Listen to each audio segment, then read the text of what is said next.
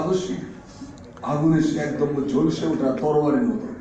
বেগম খালেদা জিয়া যে দৃষ্টান্ত আমাদের সামনে রেখে গেছে, সেই দৃষ্টান্তগুলোকে ম্লান হতে দেওয়া যাবে না।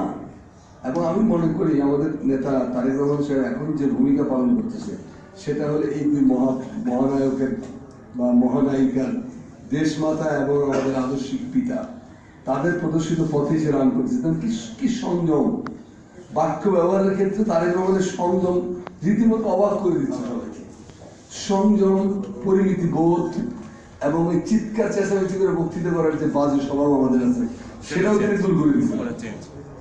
মানুষের ভাষায়, মানুষের প্রাণের পাশে আসন পেতে তারেক রহমান সাহেব কথা বলার চেষ্টা করতে। এই যে প্রাণের পাশে আসন পেতে কথা বলা, এটা বড় হৃদয়কে স্পর্শ করে, হৃদয়কে ভিজিয়ে দেয়।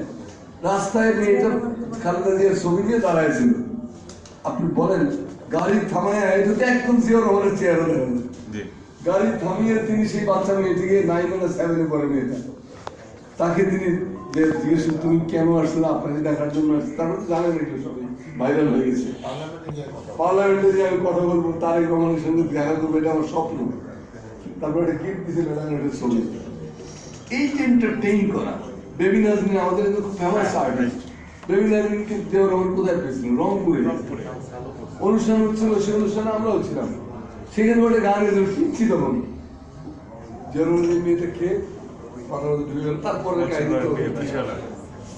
তার বাবা বাসি বাজার তাকে নিয়ে এসে এখানে চাকরি দিয়ে দিলেন, বলি এরকম একটা ভালো মেয়ে ওকে প্রোভাইড করতে হবে। মনিরুজ্জামান মনির প্রথম বাংলাদেশের দিদি গেল, জিএসুদ্দিন মনিরুজ্জামান মনির বলে আমাকে ডিসি খুঁজে বের করছে, খুঁজে বের করে বলে তুমি তাড়াতাড়ি চলে যাও বঙ্গবন্ধু তোমার সাথে প্রেসিডেন্ট দেখা করতে। বলি কেন? আমি কি করছি? বলে কিছু করো না, ওখানে খবর নেই তো, কাপড় চোপড় কিছু আছে? বলে না, আমি ম্যাচে থাকি। তো ডিসি টাকা দিয়ে মনিরুজ্জামান মনিরের কোট প্যান্ট বানায় না, রাত্রে উঠবে, ভোরের 11টায় ট্রেন, ওই ট্রেনে উঠবে, তারপরে সকালবেলা 8টার সময় তার প্রেসিডেন্টের সাথে দেখা। রাজনৈতিক ভালোবাসা জিয়া রহমানের এই সংক্রান্ত উদ্যোগ মনিরুজ্জামান মনিরকে তুলে নিয়ে তোমার জনাব আব্দুল তোমার কিছু বলার আছে? কি করো?